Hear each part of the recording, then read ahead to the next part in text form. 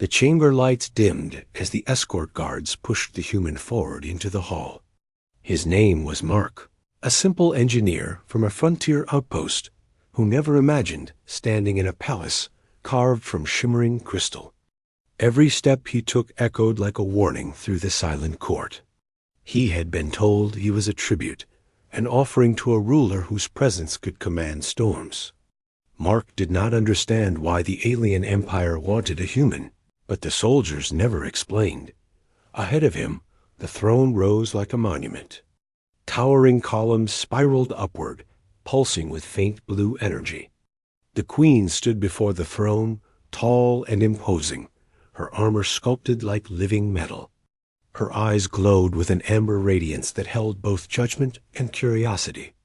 The court around her knelt instantly, leaving Mark the only figure standing beside her.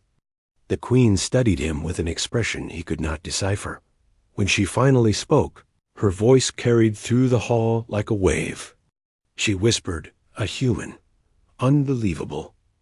Mark felt a cold shiver trace down his spine as her gaze sharpened. He had heard stories about this queen, stories about her strength, her ruthless precision, and the power she held over distant stars. The Empire feared her. Enemies fled at the mention of her name. Yet now she looked at him as if he were a puzzle she never expected to see. Mark remained silent, waiting for guards to restrain him, but none moved. The queen circled in slowly, examining him like an artifact from an unknown age.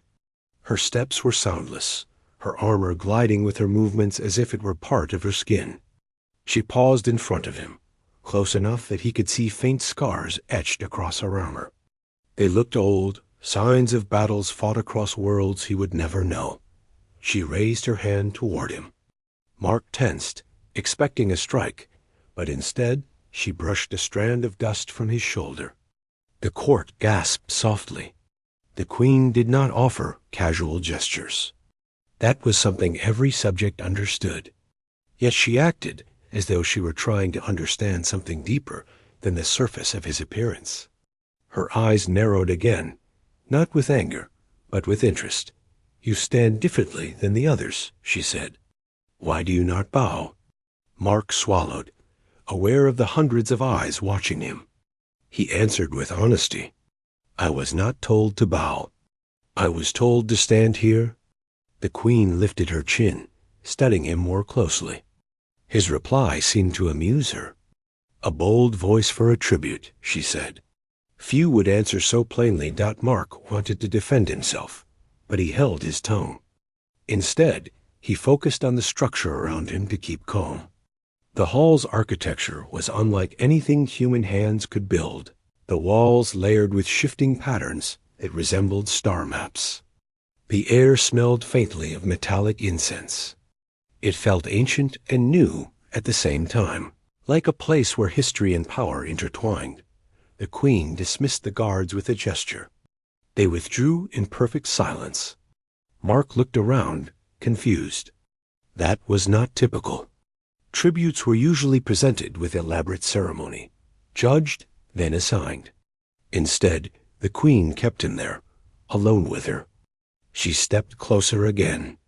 Her expression remained controlled, but her eyes flickered with something unfamiliar: curiosity, admiration, or perhaps disbelief at what she saw before her. She motioned for him to follow her toward a side chamber. Mark hesitated. She noticed and tilted her head slightly. "Fear is natural, human," she said. "But if I wanted you harmed, you would not still be standing." Her tone held no threat. It was simply truth. He followed her into a smaller room, lined with glowing orbs suspended in the air. Each orb displayed shifting images of distant worlds, alien landscapes, and cosmic storms. "Sit," she ordered gently. Mark obeyed, settling onto a cushioned seat that adjusted to his form as though alive. The queen stood before him, arms crossed. "Tell me about your world." Mark blinked in surprise. Why would she ask him that?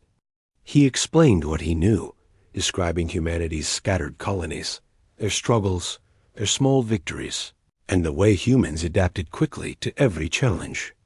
He spoke of the frontier, of the skies he had seen, of the people he worked with. The Queen listened with intense focus. When he spoke of human resilience, her eyes brightened slightly. When he explained the hardships of living on the edge of civilization, her posture shifted, as if evaluating the information with new respect. Finally, she asked, "Why did they choose you as tribute?" Mark shook his head.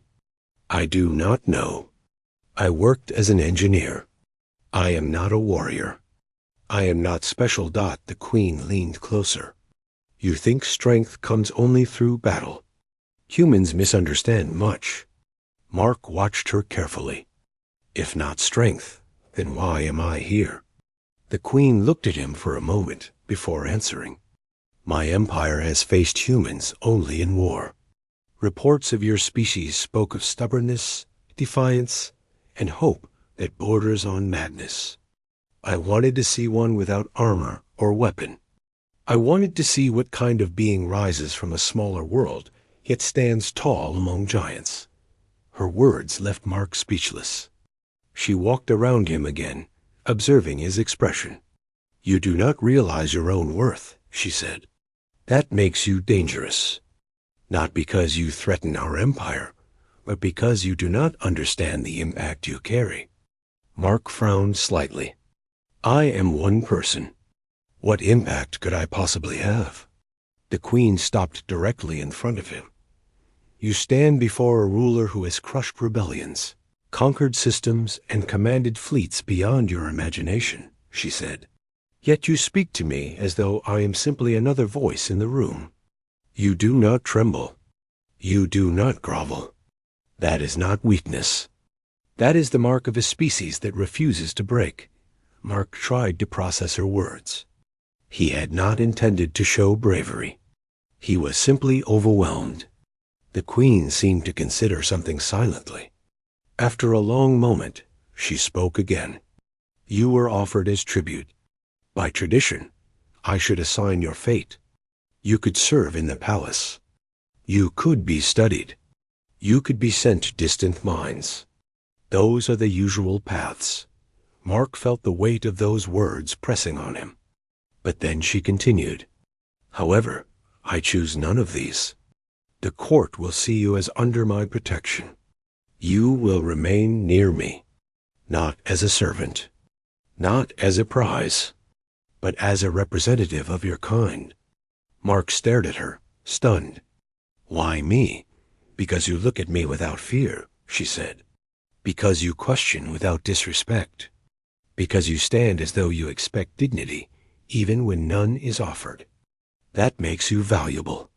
Not to my throne, but to the future of our worlds.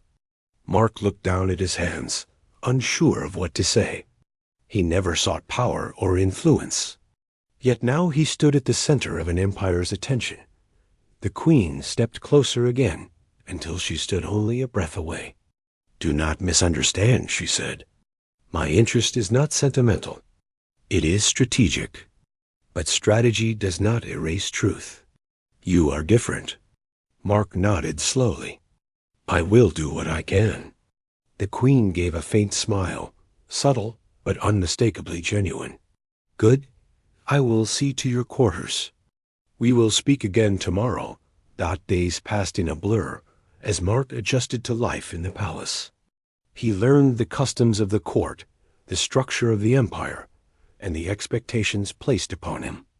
The Queen summoned him frequently, asking questions about humanity, seeking insight into the way humans thought and acted.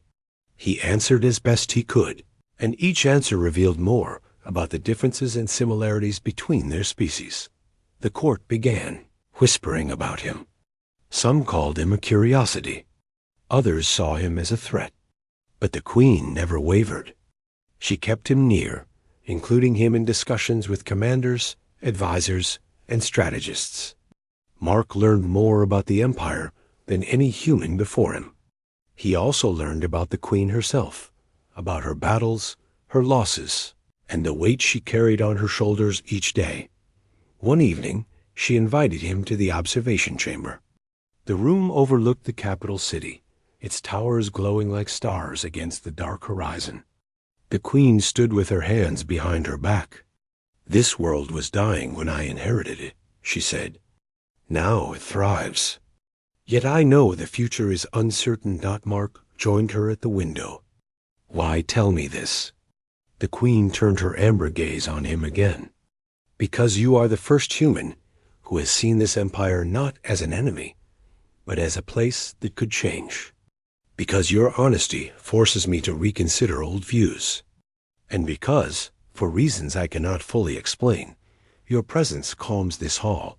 Mark felt a warmth he could not describe. Not admiration, but understanding, respect, partnership. The queen breathed slowly, as though gathering strength.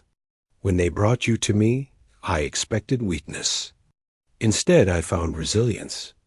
That changes everything." Mark met her gaze. He saw not the fearsome ruler others described, but a leader searching for something beyond power. He nodded. "And now?" She stepped closer, so the city lights reflected in her armor. "Now I believe your species and mine might shape a different future. But I cannot do this alone. I need someone who will speak truth to me. Someone who will challenge me. Someone who sees beyond titles." Mark took a steady breath. "I can try." The queen exhaled softly. "That is enough for now. But this empire will not accept change easily. They will question my decisions. They will question your presence. When that time comes, you must stand as you stand now, without fear." Mark nodded again. "I will." The queen slowly extended her hand, not in command, but in trust. He placed his hand into hers. The moment hung in the air like a promise. From that day forward, Mark became a symbol of a new path. He stood beside the queen during councils, spoke at assemblies, and offered insight that bridged two distant worlds. The Empire